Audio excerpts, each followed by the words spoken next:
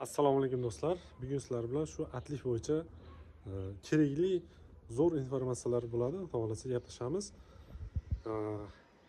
Avvalambor assalomu alaykum hammani ro'zai Ramazon kunlarida Allohim sabr bersin. Hozir blogerlik ham qiyin ekan. Hozir ko'proq fokusni Instagramga qaratyapman. Shuning uchun kommentariyaga Instagram silkasini qo'yib qo'yaman. O'tib obuna bo'lib qo'yinglar. Ko'zga nagruska tushyapti, taroveh namozlariga boryapmiz. Ro'za tutganlarga Xudoyim kuch-quvvat, sabr bersin. Hozir ertalabda bolalar kelgicha keldim. Abitgacha vaqtim bor ekan, shu atlifni hozir o'zim qilyapman. Atlifni nima qulaylik va yaxshi vazifalarini sizlar bilan hozir gaplashamiz. Atlif yonboshdan kelayotgan suvni derazaga urilib va yerga tushishini ta'minlaydi. Hozir mana shu yig'ishimizdan 2 sm chiqib turibdi. Buni agar qilmasak, abrisovka g'ishimizga nam tegadi. Nam tekkandan keyin yomg'ir suvi baribir sho'r chiqaradi. Sho'r chiqqandan keyin ozmi ko'pmi baribir alaykum assalom. Xo'p. Nimaga g'ishimiz uqalanishga olib keladi. Uzoq xizmat qilmaydi. Ko'chishni boshlaydi. Har qanaqangi abrisovchni g'ish bo'lishidan qat'iy nazar biz himoyalashimiz kerak. Hozir O'zbekistonda atlifni juda ko'pchilik qo'yishmay ekan. O'zim borib yasatkizdim.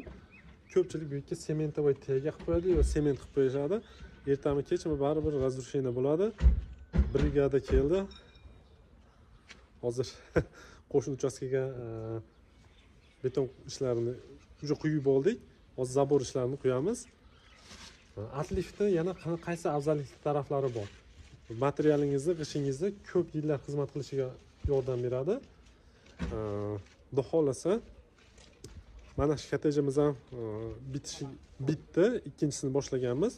Xudo xolasa 10 ga 10 kottejimiz bo'lyapti. Kimdan kim zakaz qilsa, telefon nomerlarini qo'yib qo'yaman. Shaxsiy telefon qilib ma'lumot olishlari mumkin. Borib qurib beramiz butun O'zbekiston bo'yicha. Shuning uchun hozir mana shu atliflarni ham bolalarga o'rgatyapman. Keyinchalik o'zimiz shunlarda ham ustanovkasi bo'yicha shug'ullanamiz. Nima desangiz, bularni qilmasak baribir g'ishimizga yomg'ir ta'sir qiladi, sho'rlaydi va uzoq xizmat qilmaydi. Keyin shu deraza bo'yicha yana bir ma'lumotlarda mana shu plyonkasini ustanovka bo'lgandan keyin sirazi yechib olib tashlashlarini tavsiya qilaman. Agar bir oy davomida quyosh yaxshi tegsa, keyin mana bu joyga yopishib ketadi. Keyin umuman chiqara olmaysizlar. Rangiga, svetiga ta'sir qiladi. Mana bu joyda plyonkasi bo'ladi. Mana shu joyga qaranglar. Deraza o'rnatayotganda mana tagiga yog'och qo'yishadi. Ko'p va okno ustanovka qilayotganlar. Qaranglar, ko'p joyda xatolik ketadi. Mana shu joyga podogonning o'rnatilgan. Podogonning bilan mana shu derazaning o'rtasida shel bor-da. Mana shu joydan sovuq kiradi. Ko'pchilik penalamaydi. Hozir mana shu joyda men o'zim shaxsan ochib, mana xuddi shunday qilib kichkina qilib penalagandan keyin o'tib atlif qo'yiladi. Atlif bu tepadan kelayotgan suv mana shu atlif orqali yerga tushib ketadi. Bitgandan keyin yana qo'shimcha qilib yana chiqaramiz.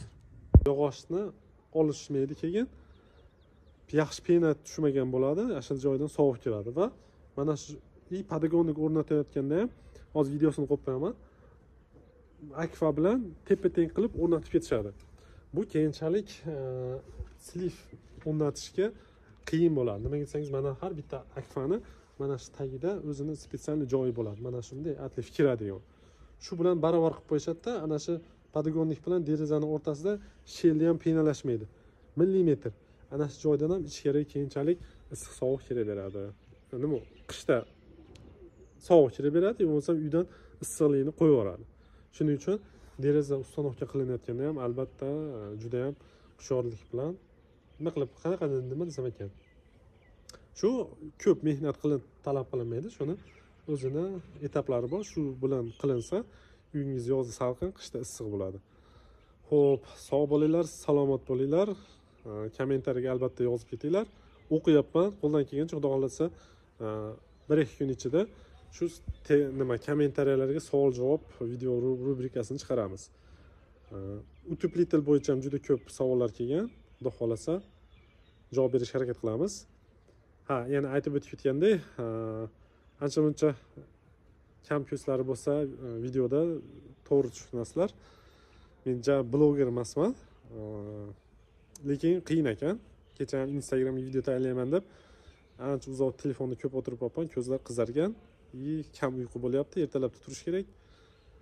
Xullas, like, podpiska bosib qo'yinglar. Xudo xolasa butun O'zbekiston bo'yicha shu uylarni qurishda, xudo xolasa plan bor, qurib beramiz. Sog' bo'linglar.